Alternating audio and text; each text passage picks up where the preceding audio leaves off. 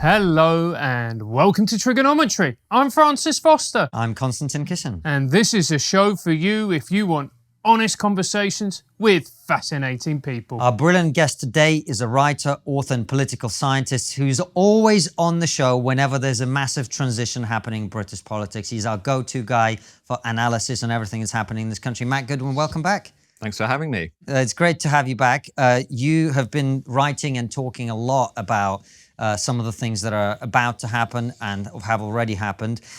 We are sitting here recording this on the eve of what will almost certainly be Liz Truss's election as leader of the Conservative Party and therefore Prime Minister. And you have just written a couple of pieces, the first one of which is the Conservatives are falling apart, basically, on your Substack, which I recommend everyone subscribe to. And that is a feeling that I have, but you've got receipts, as the kids say nowadays. So tell us what's going on. Yeah, so basically, I was thinking on the way here, when was I last here? It was actually the aftermath of the 2019 general election with the big Boris Johnson realignment. And we talked a lot about how the underlying axis of politics is changing, not only in Britain, but across the West. And I think fast forward to where we are now. And basically what's happened is let's just pull all the scandals and Partygate, let's just put that to one side for a second. So basically what's happened is the Conservative Party has really failed to make the most out of this moment that we're in politically. About half of the people today that voted for Boris Johnson in 2019 now no longer plan to vote for the Conservatives at the next election. So a lot of the key groups that were central to that realignment, working class voters, pensioners, non-graduates, voters in the North, the Midlands, the industrial red wall, a lot of those voters have essentially now stepped away from the Conservative Party. They haven't gone to Labour, about 1 in 10 have gone to Labour, but most are now saying actually they're not sure who they're going to vote for, or they don't know who they're going to support at the next election. So that unique coalition that kind of came together through Johnson, through the promise to get Brexit done, has fractured and fragmented. And at the same time, and this is where things start to get really worrying for the Conservative Party, the party's lost ownership of all of the big issues in British politics. So the only parties historically that have really done well in politics are the parties that own the big issues, that are seen to be competent managers of the big issues. So you think about 79 and Thatcher. She owned really inflation, unemployment, industrial disputes. You then think about Blair in 97. He owned the NHS, he owned education, he owned public services, all the things people wanted to talk about. You think about Johnson in 2019, he owned Brexit, he owned migration, all of those big new salient issues. The new Prime Minister coming in now this month, they're going to look around and realise actually the Conservatives don't own anything now. Not the economy, not law and order, not immigration. 80% of people say they're managing Brexit badly. Cost of living crisis. Most people tend now to back Labour, not the Conservatives. This, historically, really has only happened when those parties then have been wiped out. So a parallel case would be 97, John Major, 2001, William Hague. Both of those politicians would tell you, actually, it wasn't a great experience. So whoever comes in, and I think you're right, Liz Truss, they're going to have to get their hands around this coalition that's fragmenting, and we'll come back and talk about it, and they're going to have to get some ownership over some of these big issues. And if they don't do those things, Conservative Party is going to stay where it is, which is averaging about 29% of the vote in the polls. I mean, this is like rock bottom. This is like core vote. The only people who are still there are kind of tribal Tories in Surrey, right? I mean, that's basically where the party is at the moment. Everyone else who kind of got them into that massive majority in 2019 is basically now sitting out. This is, quickly introducing a nightmare scenario. And add to that, I mean, you talk about the big issues. On the economy, there's a gigantic cost of living crisis, the rising cost of fuel and gas and so on. On immigration, as you talk about in your second piece, which I want to come to later, numbers are higher, frankly, than they have been. The idea that Brexit solved that question, absolute nonsense. I mean, maybe defense, but again, I don't know that people are all that invested in support for Ukraine at this point. How are the election would be in 2024, the latest.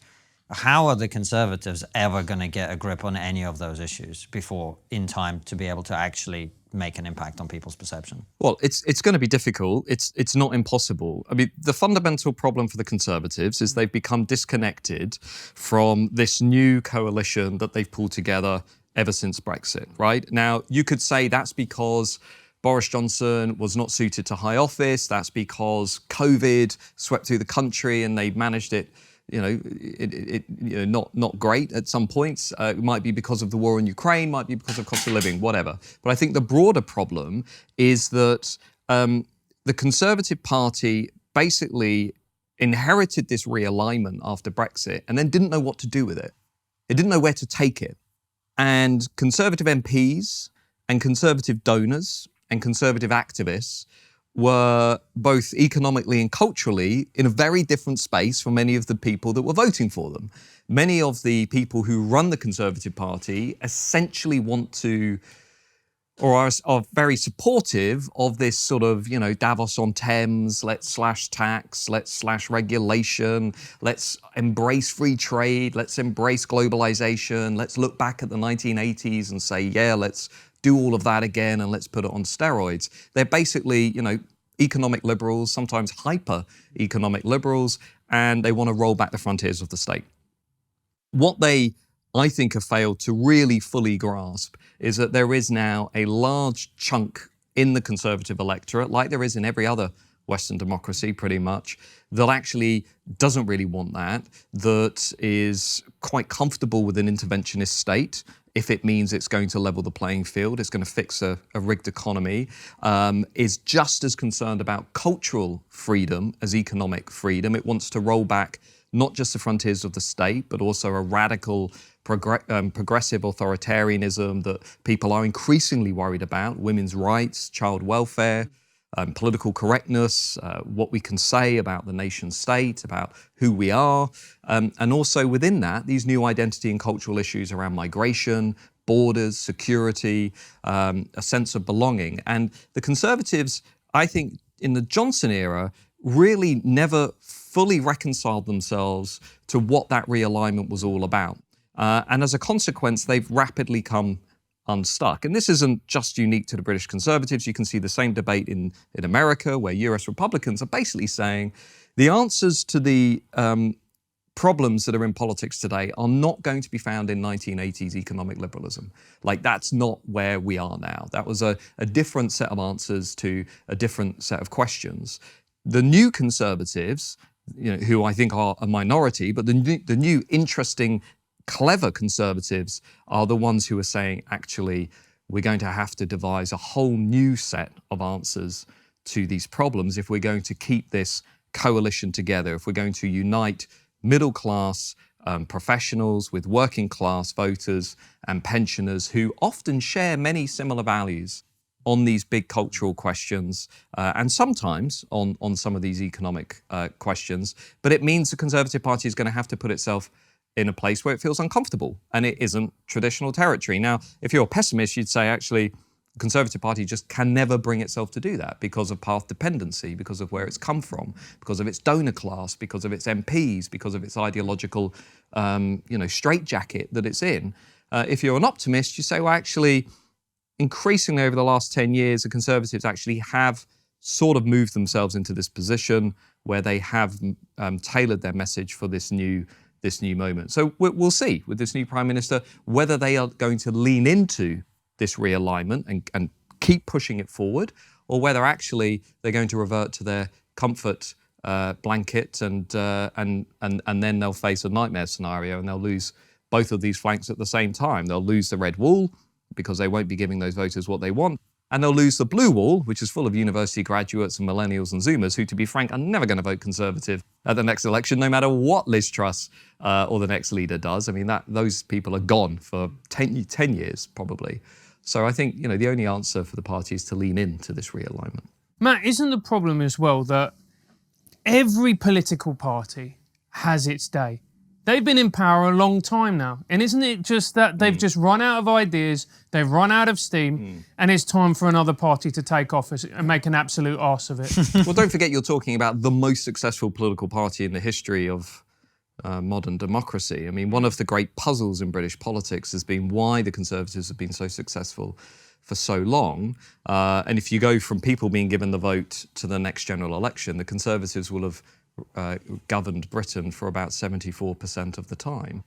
The answer to that riddle is reinvention. The Conservatives have always reinvented themselves.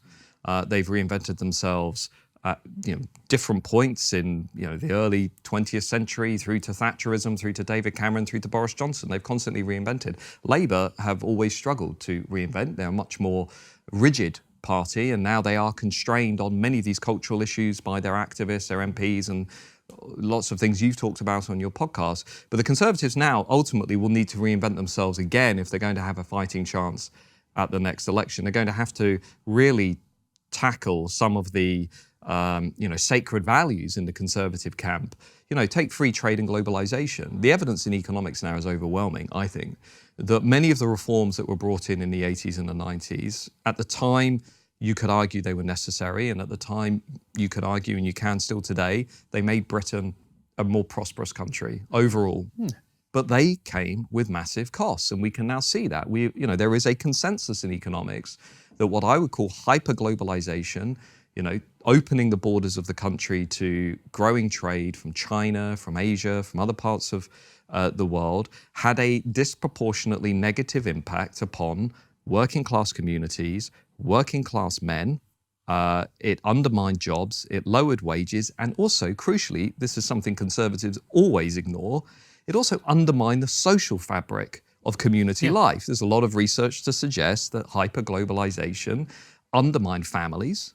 It undermined the social fabric of social capital, community engagement, the little platoons that Edmund Burke and others have talked about. And Conservatives are kind of blind on this spot, right? Because they are so wedded to promoting and championing free trade that they really sort of turn away when you say, well, look at some of the consequences that have actually happened. And they've been pretty negative. So we haven't compensated the losers as well as we should have done. And that partly explains why Johnson was able to do what he did in 2019, because he kind of gave a nod to lots of those groups who had lost out, that he was a different kind of conservative, and they responded to that. Levelling up was really ultimately about compensating losers in the globalization process, or certainly losers in a geographical settlement that has favoured London and the South East for over a century, and still does and will continue to do so.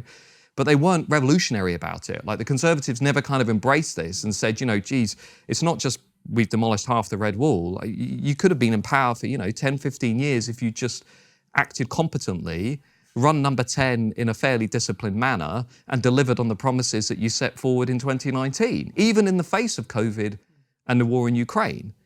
But even still, they managed to kind of, implode as a result. And now, will those voters come back? Maybe. My gut instinct is probably the end result of this is going to be more apathy, more political disengagement. People just saying, well, no one's going to change the dial.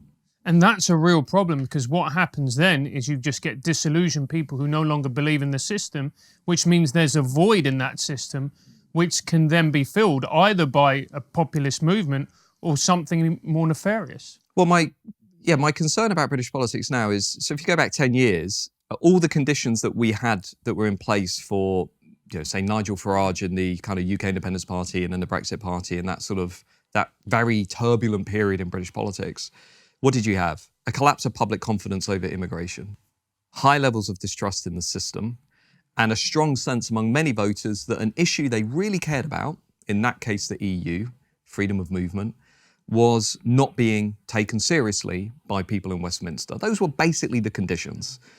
And that found its expression through the Brexit referendum. It then found its expression through Theresa May beginning to pull down the Red Wall, and then Boris Johnson. So you had this kind of trilogy of events.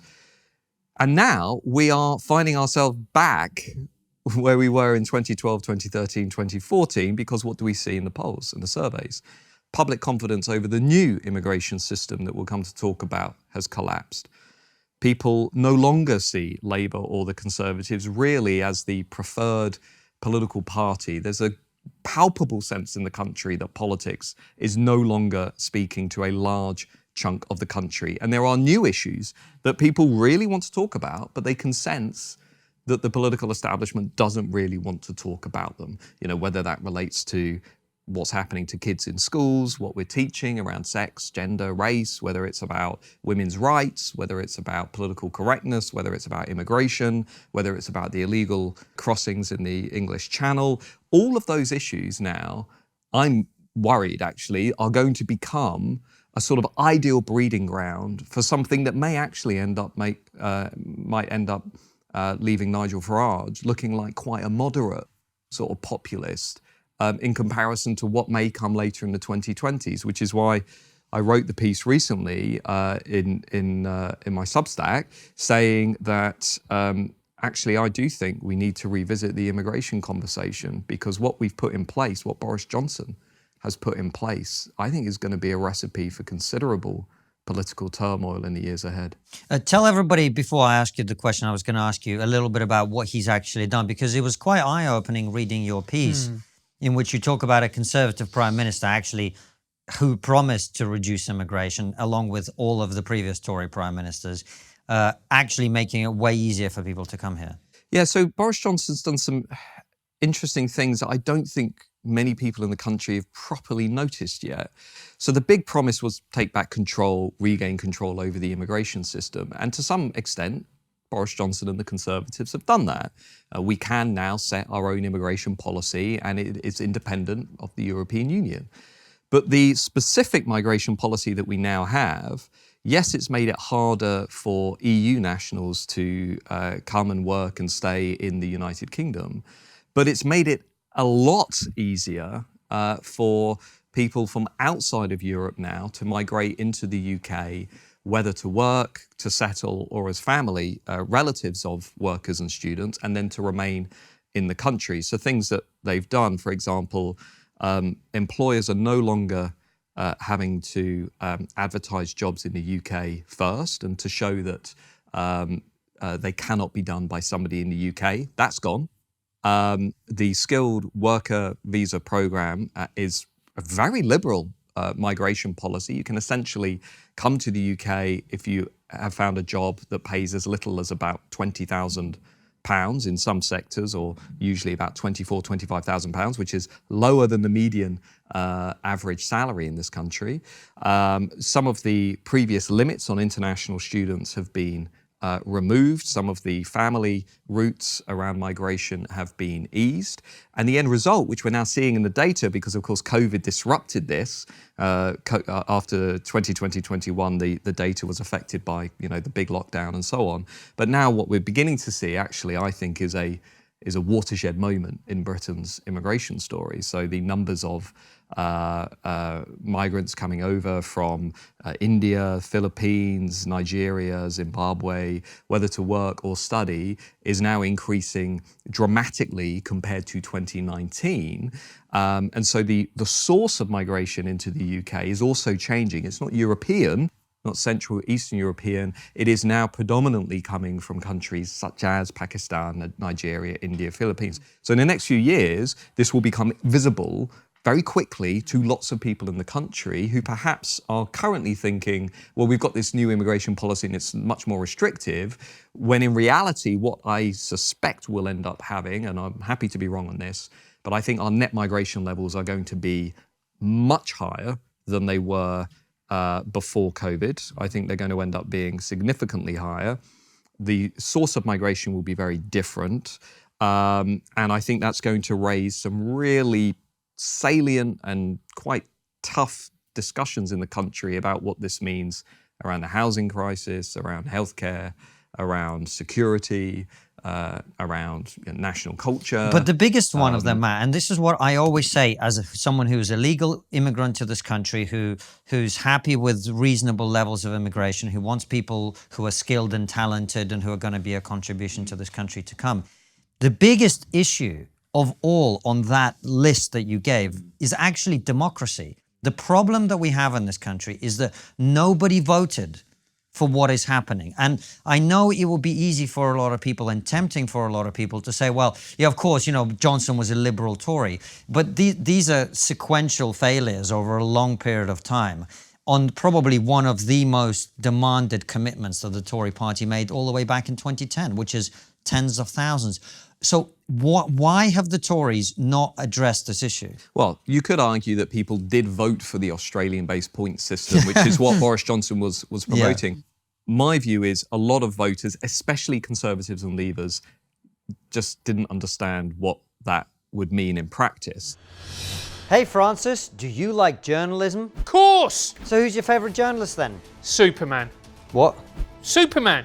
Superman isn't a real person, Francis. He's an alien, he's not a journalist, and more importantly, he's fucking fictional, mate. If he was fictional, then why did Friedrich Nietzsche write about Superman, otherwise known as Übermensch, in his seminal work, Thus Spoke Zarathustra, published in 1883, but still widely quoted today by both students and intellectuals alike?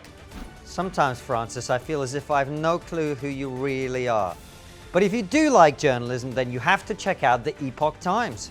The Epoch Times, unlike most media organisations, is produced without the influence of any government, corporation or political party. They distill a story down to the facts and get readers as close to the truth as they can.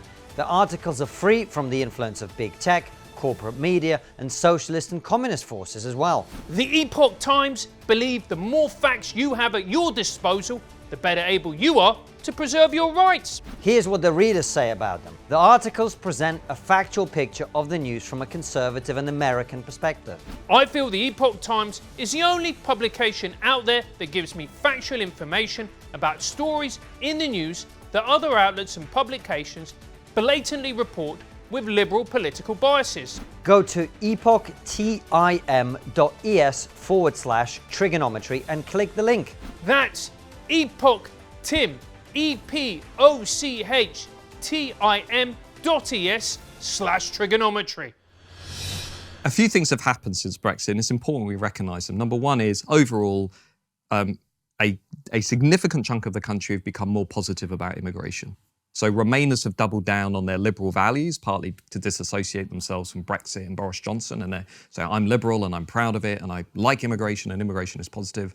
And Leavers, some Leavers have become more positive too, because they're now saying, well, I've got control back, and I'm, I don't want to be seen as being anti-immigration, and look at us and our new immigration system. So those things have happened. At the same time, Brits remain overwhelmingly welcoming of Ukrainians, Hong Kongers, Afghan interpreters, refugees, and so on. So those two things I want to note, they're really important. We need to recognise them. At the same time, I just don't think people have tuned into the reality of just how quickly now the country is going to be transformed by this new migration policy, where you've seen, as a Home Office released last week, new data showing the number of international students has just now reached a record high. The number of visas being issued to dependents of international students and also workers is now reaching very high, if not record high levels. We've had over 1 million visas that have been issued to workers, students, family members and others this year, which again is a record high. And some of the increases in numbers, for example, the percentage increases in students from Nigeria is around 600%. Indians is around 100, 150%. So we're seeing pretty significant increases. And, most voters out there would say, okay, international students, fine, don't have an issue with that. High-skilled migration, okay, don't have an issue with that. But we're not talking about, I don't think we're talking about high-skilled migration. We're talking about workers coming in on visas on salaries that are between £20,000 and £25,000 a year. So this is, I think, going to end up in a big kind of reckoning. The reason why the Conservatives have done this, to answer your question, is because what we are seeing playing out now is the tension, always there, always at the heart of the Brexit vote, between the liberal Leaver vision of Brexit and what Brexit Britain would be all about, and the cultural conservative vision of what Brexit Britain was going to be all about. This small group, and it is a small group, said lots of immigration, lots of globalization, but not in the EU. And this bigger group, much bigger group, said, okay, outside of the EU, but moderate levels of migration, ideally about 100,000 per year, not 300,000 in terms of net migration. And this group hasn't yet realized, I think, that this group has just put into place something very different. And this is going to find its expression politically. It will either find its expression in something like, Brexit Party 2.0, except the conversation won't be about Europe. It will all be about migration and borders. Or it will find its expression in, for example, a new Conservative Party leader, perhaps making up names, Kemi Badenoch, for example, saying, actually, we don't want Britain to be doubling down on mass immigration in this way. It's time to perhaps slow things down and start to ensure that we're investing as much as we can in domestic workers and domestic companies and so on. I don't see how this ends without creating some sort of political disturbance. It's the picture you're painting is very bleak, because what you're effectively saying is we have this group of people who've been ignored for generations. They got a chance to have their voice heard. They're being ignored again. So where do we go from here? Because the Labour Party aren't going to do anything. If anything, they're going to be even more pro-immigration than the Conservatives. Yeah, Labour can't move right on culture because of its activists and its MPs. So there's some great research over the last year that surveyed Britain's MPs. And so it found that Conservative MPs are more economically right-wing and more culturally left-wing than many of their voters, which again is the root of the Conservative Party's problem.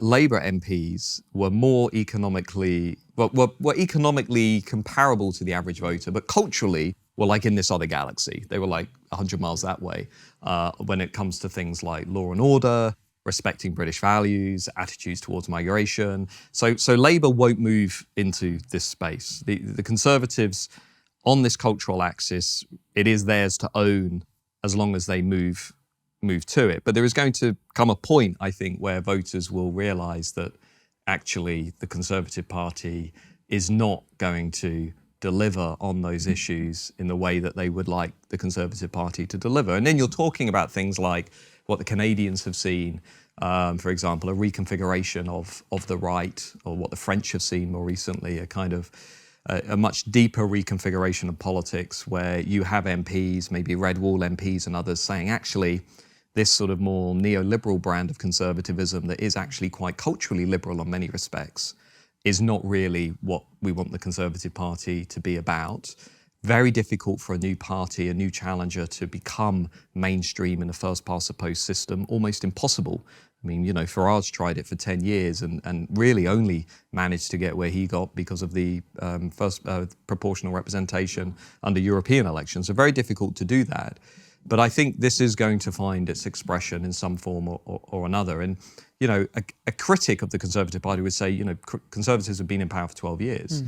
But on a lot of the cultural issues that you spend your time talking to guests about and so on, often it's been the Conservative Party that has either introduced those changes or has failed to slow those changes down. Quite. And I think that's where you begin to maybe get closer to an American scenario in the later 2020s, 2030s, where actually perhaps people start to say, on these cultural issues, the Conservative Party is just simply not able to connect with the country in a way that the country wants their elected leaders to connect. And there's nothing wrong with saying we should have a target, or we should have a new policy of having net migration no higher than 100,000 a year. That's a pretty good policy. And you could have high-skilled migration. You could prioritise NHS, social care workers. That's a good, progressive, nice, interesting policy that's fair. We don't need, really, to be running net migration at 300,000, 400,000, 500,000. We don't need to be doing that. And we don't need to be in a position after Brexit of not requiring employers to first look at whether the jobs can be done in Britain before advertising them overseas. That to me just seems completely bonkers, given everything that Brexit was about, which was about reasserting more broadly the interests of the national community against a lot of people will globalization. agree with you on that. But if I listen to what you're saying and play the movie forward a little bit, that realignment isn't going to be immediate because it's going to take people time to catch up to what's going on. So the most likely outcome is the election in 2024. The Conservatives get booted out simply because of the accumulated frustrations over time. Yep. And these people who you're talking about, who are dissatisfied with the Tories for being too liberal, they're going to end up with a Labour government. or a Labour Lib Dem coalition. How's that going to go? Well, for Labour to win a majority, the Labour Party will need to be around 12 points ahead in the opinion polls, which it is comfortably at the moment. It's about 15, 16 points as we're talking today. So more than enough for a Labour majority. And that is going to take us closer to where America is at the moment, with the Democrats and the Republicans in opposition, and will probably, I think, end up increasing the salience of some of the issues that we're talking about. Well, obviously. So it's true that everybody in the country wants to talk about cost of living, energy, and just getting through a very difficult few years, right? But voters don't just think of these issues and then they don't think of the other issues. I mean, the other salient issues will include channel crossings, overall migration levels, what's happening in schools, universities, council culture, freedom of speech, women's rights. And I think one of the interesting things about Conservatives today is that they have accepted this culture war framing, right? They've sort of accepted the language that is used by progressives and Labour activists, and many Conservatives feel that quote-unquote culture wars are beneath them and they don't want to talk about them. And so Conservatives have ceded like this massive amount of territory, you know, when in reality what perhaps they should have said is, well, women's rights isn't culture war, child welfare isn't culture war, the ability to speak freely in a modern, mature democracy is not a culture war, ensuring that our institutions are representative of a wide range of voices is not a culture war, it's the foundation of civilization, right? But they've sort of embraced this language and then it's sort of left them with nowhere to go. So now they are terrified often, as we saw with Boris Johnson and his administration, they're sort of terrified of getting involved in these big debates because, you know, they simultaneously think they're above these cultural debates, and at the same time they don't want to be seen to be the nasty party and for people to say, well, they're a bit racist and they're, you know, xenophobic and whatever. And like, it's not nice to be in these debates. Anyone who writes on these topics or says anything remotely countercultural, as I'm sure you guys know, it's not nice to be in that position, but sometimes it's absolutely necessary to be making that countercultural position very clearly and very loudly, so that marketplace of ideas can exist and can continue. Otherwise the result is orthodoxy, and it's a very narrow marketplace of ideas, and everyone else gets shut out. So I think the Conservatives somehow need to regain their intellectual confidence. I mean, if you look at this current Prime Minister, the outgoing Prime Minister, one of the remarkable things about the Johnson government, in my eyes, is there were no serious thinkers around Johnson. It wasn't like Thatcher. I mean, Thatcher really had a stable of very, very bright, interesting intellectuals and thinkers around her who really did have a well thought out ideological blueprint for what they wanted to do with the country. Now, you might disagree with it, but it was there. You know, Johnson really didn't have much of that at all, so he didn't really know where he wanted to go. The new Prime Minister, I would imagine, I would hope, given, you know, any Prime Minister should have it, will have a stable of, you know, interesting, forward-looking thinkers who have a blueprint for where they want to take the country. Because if she or he doesn't have that, you know, it's going to come apart very quickly. Matt, don't you think the problem is as well? We had Darren McGarvey literally sitting in that very chair a couple of days ago, and he made the point that a large problem with our political class is that they are fundamentally disconnected with the ordinary British public. They've never really encountered them. They went to different schools. A majority of them went to private schools. They went to elite universities. A lot of them haven't even had a job. They all went into political researchers' jobs, and then they moved their way into government. How can you possibly lead a country? How can you possibly know what a country needs if you don't have any kind of connection with the ordinary person? Well, I think there's some truth to that. But it's not just politics, right?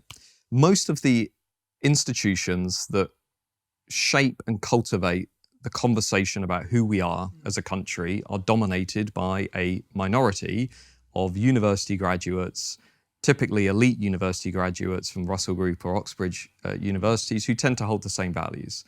So if you look at politics, media, creative industries, cultural institutions, academia, educational institutions, they are overwhelmingly dominated by elite graduates who tend to see the world in a very particular way. Now, the data on this is pretty clear. Some academics call it diploma democracy, and that all of the institutions are basically run by graduates. And so what's happening over time across the West is we are going through what's often called education polarization, which is a fancy way of simply saying that graduates are drifting ever more leftwards on cultural issues. And non-graduates and some graduates, especially those who don't go through the elite institutions, are drifting further away on those cultural issues. So as that polarization is rippling through on Brexit, on immigration, on women's rights, on trans issues, on gender, sex, kids' education, all that stuff, if the institutions are disproportionately dominated by graduates, then graduates take the institutions with them, and the institutions drift further and further to the left on cultural questions. And you can see that. Like, I feel like I've seen that in my lifetime, the last 20 years. If I look at media, if I look at universities, if I look at how kids are taught at school, like, I feel like that's a point that you can't really dispute. I think the evidence also backs me up, and I'd be happy to discuss it with anybody who thinks that's not the case. And so what I think we need to do is basically reform the institutions so we have a much more diverse array of voices in the institutions. Like, that was the obvious response to Trump. That was the obvious response to Brexit, is to say, look at all these people that feel like they're not in the conversation. Let's make sure they're in the institutions.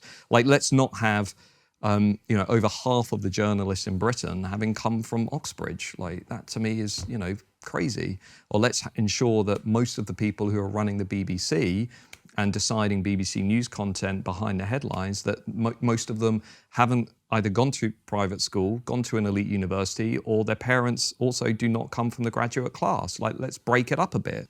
Let's have some real social mobility in this country. Let's get some real voices in the mix. But that hasn't happened. Like, if anything, as you've seen with some prominent journalists in the country who have given very prominent lectures, like, it's been a real insight into how the media see the last few years. Like, they genuinely see this as a sort of like dystopian threat to liberal democracy, as opposed to voters simply saying, I want to be in the conversation.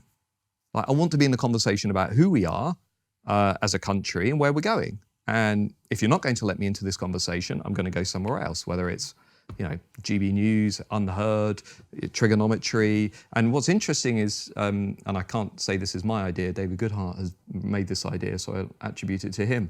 But for the first time in a long time, we now have an economically independent thinking class that isn't beholden to the institutions. If you think about what you guys are doing, you think about what's happening on places like, Substack, Medium, blogging, all of that. We now have a generation of thinkers who are not wedded to institutions. They don't have to please an editor at the Times to get published. They don't have to please a university to get published. They're out there, they're creating their own revenue, and they're building their own audience, right? And so that economically independent thinking class, interesting, countercultural, I think is a positive sign, because those voices are coming back into the marketplace of ideas. And it's up to the legacy institutions now if they want to keep up with that. Or be destroyed in the process, which is what will happen to them if they don't. Well, I mean, I can tell you, I've seen the viewing figures of all the TV channels in this country, and I can say, like, it's not what you think. I mean, the big players are being challenged in a major way, and it's visible and it's palpable. And I think that again is the aftermath of the last 10 years, that people can sense this kind of stifling orthodoxy. And they can sense that people who don't subscribe to it are being persecuted and harassed. And we've talked about cases in universities. We've talked about cases in comedy and media. And I think that is all sort of culminating in this push to get a wider array of voices into the conversation. That's positive. Right? No, that's great. That's a correction. I agree with you. That is a very necessary correction in the system. Let's come back to the political conversation for a moment. You mentioned the cost of living crisis, as it's now called. And what's interesting to me is the short-sightedness with which we're addressing that problem, because Nigel Farage was sitting in that chair many months ago, before the war in Ukraine. And halfway through the interview, we started talking about, cost of living, inflation, and we've had people predicting this inflation would come for years, since COVID broke out, and before, frankly. Yeah. And Nigel Farage, before the war in Ukraine, said, I still don't think people understand what's about to happen. I really don't think they understand the first week of April, when those bills hit the mat, for their Q1 gas and electricity bills. There's going to be absolute shock and outrage. I think we've got this hopelessly, catastrophically wrong, and it's about to blow up this year. It's about to blow up.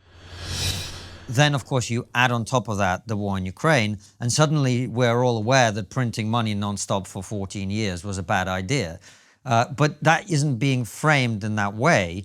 And because of that, I fear that it's not going to get properly addressed. The inflationary bubble that we ourselves are blowing up by printing all this money to do some very necessary things, people would argue. We're not going to address that because we're going to go, well, evil Putin, agreed, is pumping up the price of gas. This is why we've got this problem now. How, well, I mean, I was going to say the Conservative Party, whoever, how is that problem going to get resolved politically? But it's not just the Conservatives, it's left, right, and That's the what I centre. mean. It's basically what we're seeing, I think, is an indictment of the last 20, 30 years of political leadership in the country, who weren't really thinking, dare I say, a bit like the Chinese in terms of let's have a 30 to 50-year game plan, and let's think about where we're going to be in terms of energy and in terms of resources, you know, come 2040, 2050. We don't think like that in our, you know, liberal Western democracies. We're incredibly short-term. Well, I just saw Boris Johnson. He's decided we need to build 8 nuclear power plants. Just you know, just pop, you know. I think we get, what, 15% of our energy from nuclear, something like that. I think the French get about 70%, Yeah. right? And there's a, you know, and I think Should have been doing that for decades, is my point. Well, you're preaching to the choir. I mean, I agree with you. But again, it's about a lack of, I think it's a lack of long-term thinking, but it's also, I just think we are not incentivizing the right people to come into politics. And I really think the more I look at all the problems that are mounting up, I think it just comes back to, like, I'm not convinced that I want some of the people in the House of Commons that we currently have managing our national economy, managing our healthcare system, managing, you know, I look at some of the people on the front bench from both parties and I just think, really, is that the best that we can produce? You know, and the answer is we're not incentivizing people. Yes. Like if you're, I don't want to pick names, but if you're somebody who's run a major investment bank for 30, 40 years that has a good handle on the economy, where we're going and the mistakes we've made in the past and so on, why would you go into politics now? Why would you go in for 60 grand, for constant harassment on social media, for this incredibly toxic, combative culture? You wouldn't do it. Like, you have to be pathological, right? Or an extreme narcissist to go into politics today.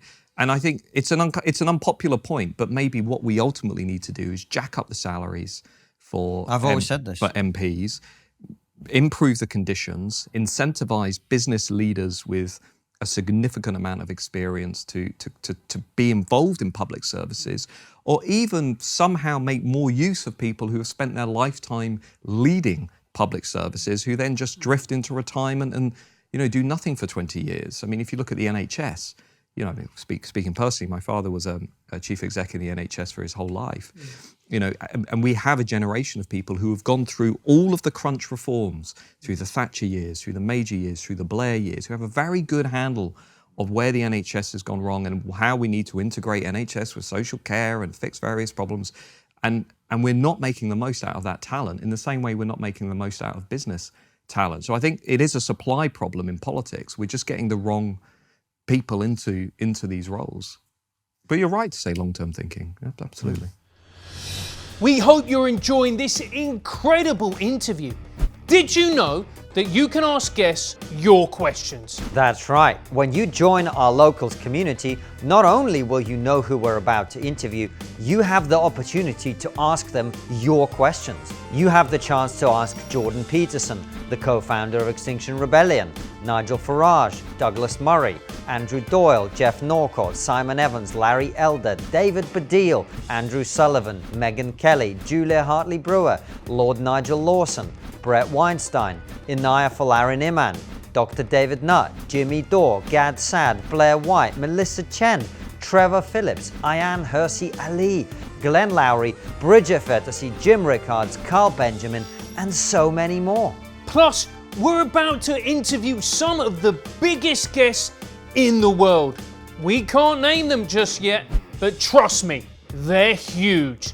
Metaphorically speaking, not just because they're American. Our Locals gives you access to a great community of like-minded people where you can share memes and make new and problematic friends. You also get early access to live shows, and we're about to release details of our tour, so you'll want to know about that as well.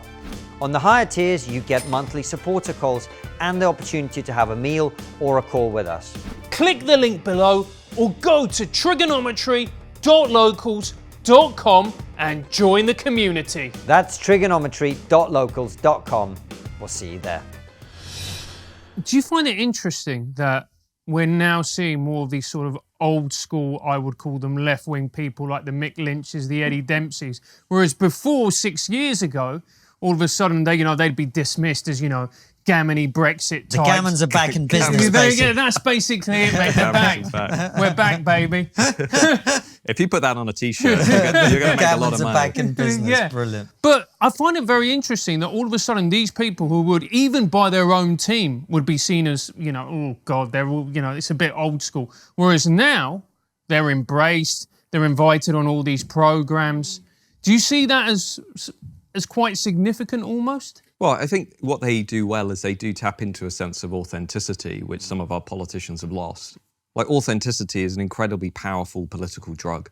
Like, it really connects with voters. And I think, the new Prime Minister, if she or he were clever, they would hold their hands up immediately, because they're going to get 5 minutes with the country, right, where they can frame who they are and what they're about. Yeah. They should hold their hands up and say, Conservatives made lots of mistakes over the last 12 years. Here's a few of them.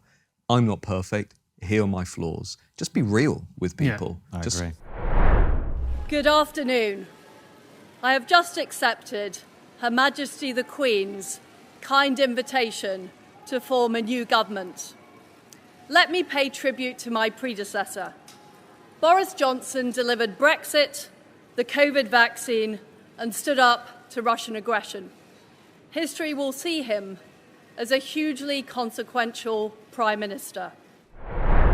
Dump all the spin nonsense, just be completely real. And I think some of the names that you mentioned, I think those guys do a good job of that. Another person, I do a lot of polling, somebody who always polls, like leagues above politicians, Martin Lewis. Now, you might not agree with everything Martin Lewis says, right? But what does he convey? Compassion, serious concern for people, a sense that actually Westminster's not doing its job. Now, his brand in politics is very, very strong. If you were to give Martin Lewis 10 million quid and a couple of political advisors, he would probably be polling at 10 to 15%. Like, that's how volatile the system is at the moment. But it's about conveying that authenticity and that freedom to speak outside of the ideological straitjacket, right, that comes with left and right politics. And ultimately what we are dealing with are two political parties, not just in the UK, but across the West, two political parties or two traditions that were basically forged by the Industrial Revolution and were basically forged by debates that were principally about redistribution. And we are now, I firmly believe, entering into a new era in politics, which is no longer simply about left-right economic redistribution, but is now also about liberal and traditionalist values on the nation and family and community. And the old parties are struggling to adapt to this two-dimensional space, right? So Labour is struggling, and it's kind of doubled down on social liberals, and it said the future is left-wing economics and extreme social liberalism. It's not going to work for lots of reasons. Geography, those voters are concentrated in the same kinds of areas. And Conservatives have also really continued to double down on free market economics, and haven't really made a bet on the value space, right? They're sort of torn between establishment liberals that kind of run the party and their new kind of cultural conservative MPs. So they've kind of struggled, I think, to really adapt to that two-dimensional space. And that's kind of where we are. So that, some of these voices are leftovers from a previous era that still have a star quality. But I don't think the next movement, the next leader, the next voice that genuinely cuts through has actually appeared yet. I don't think that's happened yet. And I don't think if there is another populist wave or whatever you want to call it, it won't look anything like what we've had before. I don't think it will look like it won't be a UK Independence Party type movement. It will be something completely different. Why do you say that, Matt? Because I think I think the issues and the context will demand it. You know, that Europe is, as an issue in British politics, is basically resolved. I think it's going to be about a new generation who are coming through. It will be about the Gen Xers. It will be the millennials. It won't be coming from the baby boomers. It will be something very different. And But aren't the millennials all mostly quite liberal on many of these issues? some of them are. Some of them are. Not all of them. There's a bit of evidence to suggest that even some Gen Z Zoomers are actually, in some respects, quite conservative. I mean, I talk to my students on some of these issues. They're not as kind of, quote unquote woke as you might think, actually, on a lot of these issues. Especially interestingly when it comes to their personal lives. Fitness and diet and regime, incredibly conservative. Interesting. Matt, are we going to have a winter of discontent? Yes. It's going to be very difficult. This is going to be a very, very difficult winter for everybody. And it's going to be unpleasant. And it's going to have a lot of social and political effects. Whenever we talk to people about like it's going to be unpleasant, and I know, look, no one's got a crystal ball, etc., etc. What do we actually mean by Well, I'll that? give you a stat. So probably the average worker in this country might be pulling about, let's say 28, 30 grand. So it's probably taking home after tax about 1,500, something like that, maybe, something around that figure. If the forecasts are right, somewhere between 33% and 40% of their take-home pay after tax is going to be going on bills. Like, that's huge. That's going to be a monumental, before you get to rent and mortgage, like I'm talking like energy, utility, like it's going to be massive. It's going to hit people hard, especially people further down the ladder. I can tell you, I was speaking to a finance director for a major company in the country that everybody would recognize. And they said to me that their forecasts suggest that of their customers, all of their customers, they already forecast that by Christmas, a third of them will not be able to pay their bills to that core service provider. And they are already moving on to a retention model of lowering bills as quickly as possible to try and retain customers, even if it means they take massive losses. And these are the kinds of things that are happening in boardrooms across the country because people can sense that that actually what we're going into is going to be massive. I just polled, actually. I asked a nationally representative sample of voters, do you agree, would you support the calls to refuse to pay your bills until they come down? Which is some of the grassroots campaigns that we've had are saying, just cancel your direct debits. If you can't afford to pay your bills, just do it. It's going to be a mass protest. And I think about 200,000 people have signed this petition for that. So I polled it. So 1/3 of people in the country, 1/3 of adults say they support that action. Like, if that were to happen, I mean, how many companies would go out of business, right? Many. So there is a sense, a palpable sense that actually we may be on the cusp of something that is going to be very significant and very difficult, right, for people. And I think about take my students as an example. Students arriving this month in university were born in 2004. Oh, don't right? say that. I know, yeah, it's crazy. So they were too young to vote in the Brexit referendum, the 2017 election, the 2019 election, right? And they are the COVID kids, right? They are the kids that had the last year their GCSE and all of their A-levels were in lockdown, basically, were disrupted by COVID. Wow. So this cohort, this group is a really unique group of students.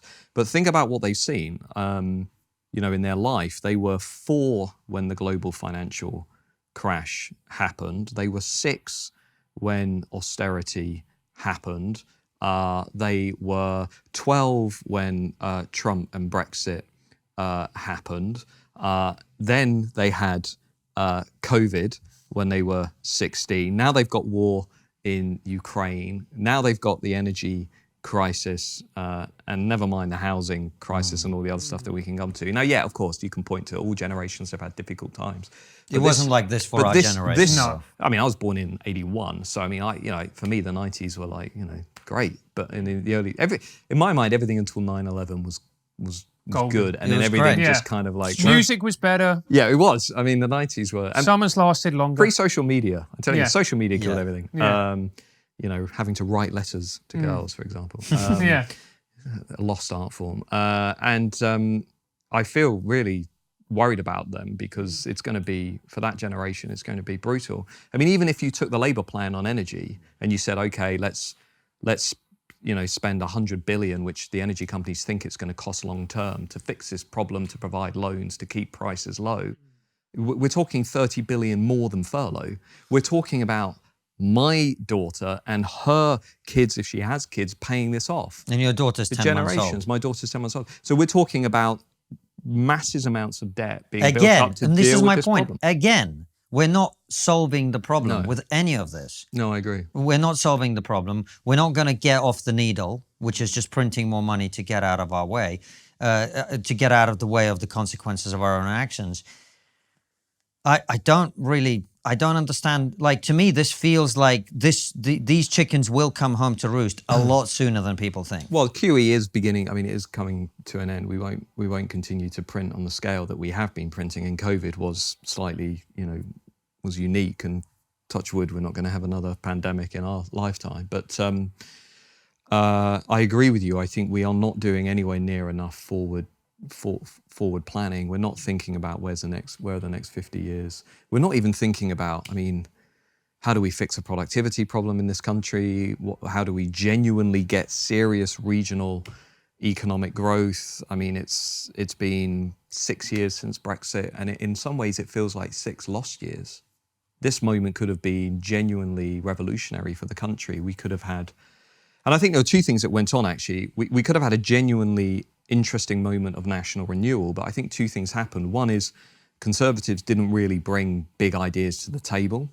They did a few things, right? So yeah, we left the EU, they reformed migration, but that was kind of like about it. And then COVID hit and everything got shut down.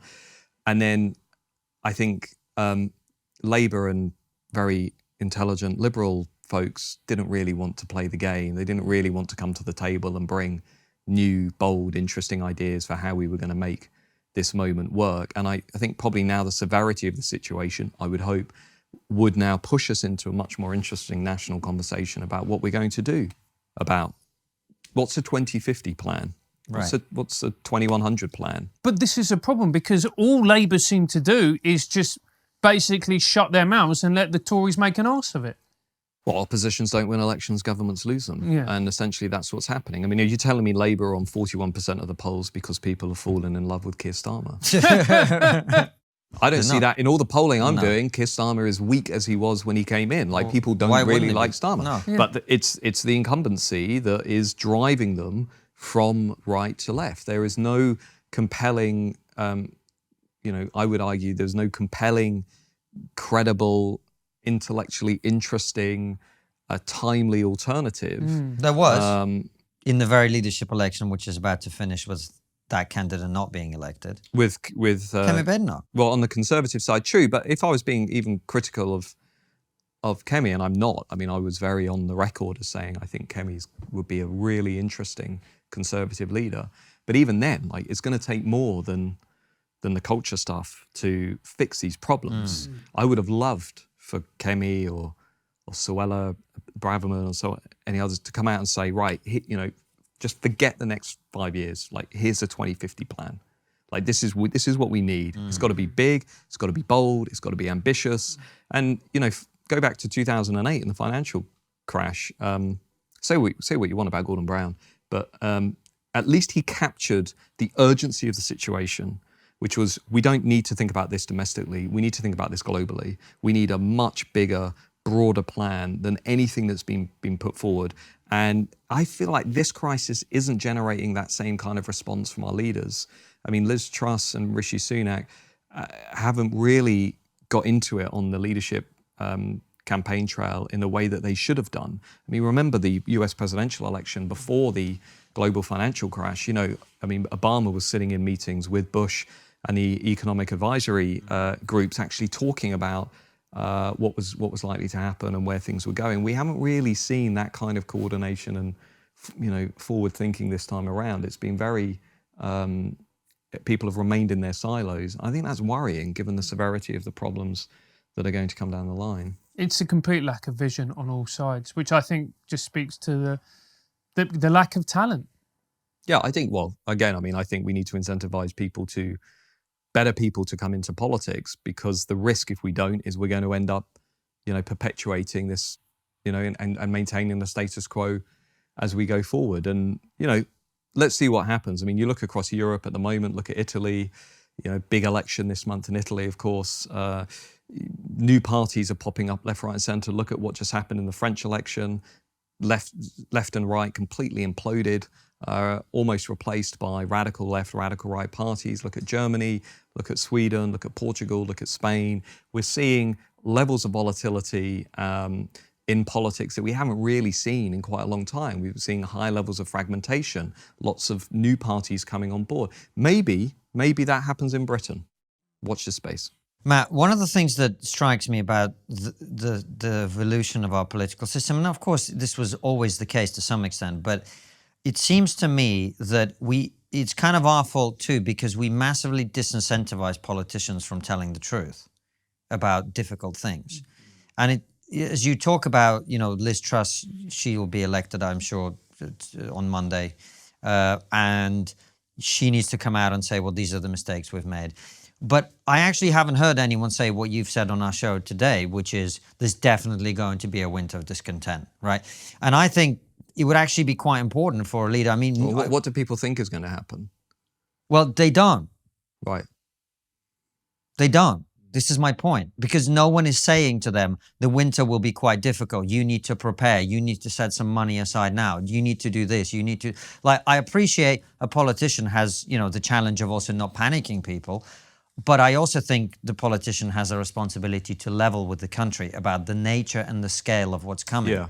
And they're not doing that. Well, if you read what's coming out of sort of, Team Truss, I think the plan seems to be the first 100 days will basically be about survival, will be about just deal with the energy crisis, get on top of it. Aspirational stuff. just get through the winter, Yeah. right? And then, into 23, start to lay out, the ideas for the big policy stuff. I mean, I haven't been told that. That's what I read, and I think it was the FT that did a piece on that. That seems to be the rough plan, come in. And, in all fairness, when you're polling at 29-30%, I think probably that's the only thing really that she's going to be really incentivized to do is just to make sure she doesn't have a rebellion within the Conservative Party, first and foremost, because don't forget, I mean, a lot of Conservative MPs did not back Truss, right? If she ends up becoming the next leader, a lot of MPs back Penny Mordaunt, which is an interesting decision, a few others, and, I think that's going to leave her in a bit of a potentially a vulnerable place. But then after Christmas, potentially she wants to get into that situation where she can look back and say, we've got through it. Now let's not ruin it. Let's stay on course, etc. So there's going to be that return to the David Cameron narrative of 2015. Don't let Labour and the SNP ruin it at the next election. Let's stay on course. Yes, things are difficult, but here's what we've done. I mean, that I imagine will be the playbook. Done what we could with Brexit, with signing trade deals, we're trying to do X, Y, Z. Don't put Nicola Sturgeon into number 10 with Keir Starmer. I imagine that will be the strategy. And in a sense, it will be, try and mobilise England again against the SNP and non-London England against the SNP and Labour. And that strategy has been successful for them in the past, but it's whether they can reconnect with those groups that I talked about. And I'm currently sceptical. Matt, you're someone who is obviously very knowledgeable about politics. You spent your life studying it. But just talking as a human being to a human being, how worried are you about what you're seeing in our country? Because I'm a layman, and to put it bluntly, I'm fucking terrified. Would you share those? Do you mean in terms of the economic? The economics, yeah. the culture, the social. I'm talking about the very fabric of our country. Well, I wouldn't say I'm more of an optimist perhaps than you are. We have a remarkable, let's just play the upside for a second. We have a remarkable, resilient political system, and we do. I mean, put all the liberal shrieking of the last 2 years to one side, right? We have never come close to having a serious meltdown in our political system, never in recent history. And there's optimism, point one. Optimism, point two, is we remain a very moderate political culture in this country. I know it doesn't feel like that sometimes, but compared to our Italian and our American and our many other neighbours and counterparts, we have a very moderate political culture. And I think that is a plus. We are not as tribal as many other people. I do genuinely think that's the case. And thirdly, we have lots of things that still ultimately bring us together. And I think many of the things that Orwell and Blair and Johnson and many others have pointed to are valid. We have still many points of unity in this country that are not always political, relating to sense of humour, our respect for certain institutions that are not always in politics, our sense of fair play, which of course Boris Johnson discovered what happens when you violate that, as did Dominic Cummings. Our sense of tolerance and fairness. These are things that I think are ingrained actually in our national culture. And you might say I'm being naive, but I think the British and the English culture is very resilient to many of the things that we have been talking about. And yes, it's going to be a difficult winter and it's going to be a difficult 5 years ahead. And lots of people are going to find it very, very difficult, and I'm very aware of that. We have also been through things like this before. We've been through the 3-day working week. We've had winters of discontent before. We've had major global depressions, financial crises, credit crunches, you name it.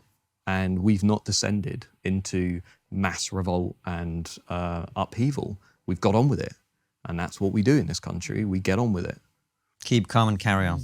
Keep calm and carry on, yeah. Well, the only positive note of the interview, and that is why we will Maybe end we it should have then. started with that. But Matt, thank you so much for coming back. It's Thanks always for a having pleasure to have you on. Before we let you go, we should tell everybody to read your Substack and follow your work on Twitter as well. But of course, our last question is always the same, even though it produces a different answer every time, which is, what's the one thing we're not talking about in our society that we really should be? I think we need to talk a lot more about family breakdown. I've just finished reading a great new report by the Nuffield Angus Deaton Review, the Institute for Fiscal Studies. They've just put this report out on the scale of family breakdown in the UK and the effects that it is having on children and the effects of this much more fluid environment that we're in. And I think in terms of policy, in terms of politics, in terms of society, we need leaders who are going to stand up and say, actually, we need to now start putting family at the centre of our politics and our country. And I think that would be very popular. And the return on investment is enormous. It's enormous. It's a no-brainer from a policy perspective. Strong families, stronger society, fewer problems, less addiction, less crime, less mental health issues, you name it. It's a range of benefits. Absolutely. Matt, thank you so much for coming back, and thank you guys for watching and listening. We'll see you very soon with another brilliant episode like this one, or a Raw Show. All of them go out at 7 p.m. UK time. And for those of you who like your trigonometry on the go, it's also available as a podcast. Take care and see you soon, guys. We're going to ask a couple of questions of Matt that you've already submitted for our locals, so join our locals to see those. See you there.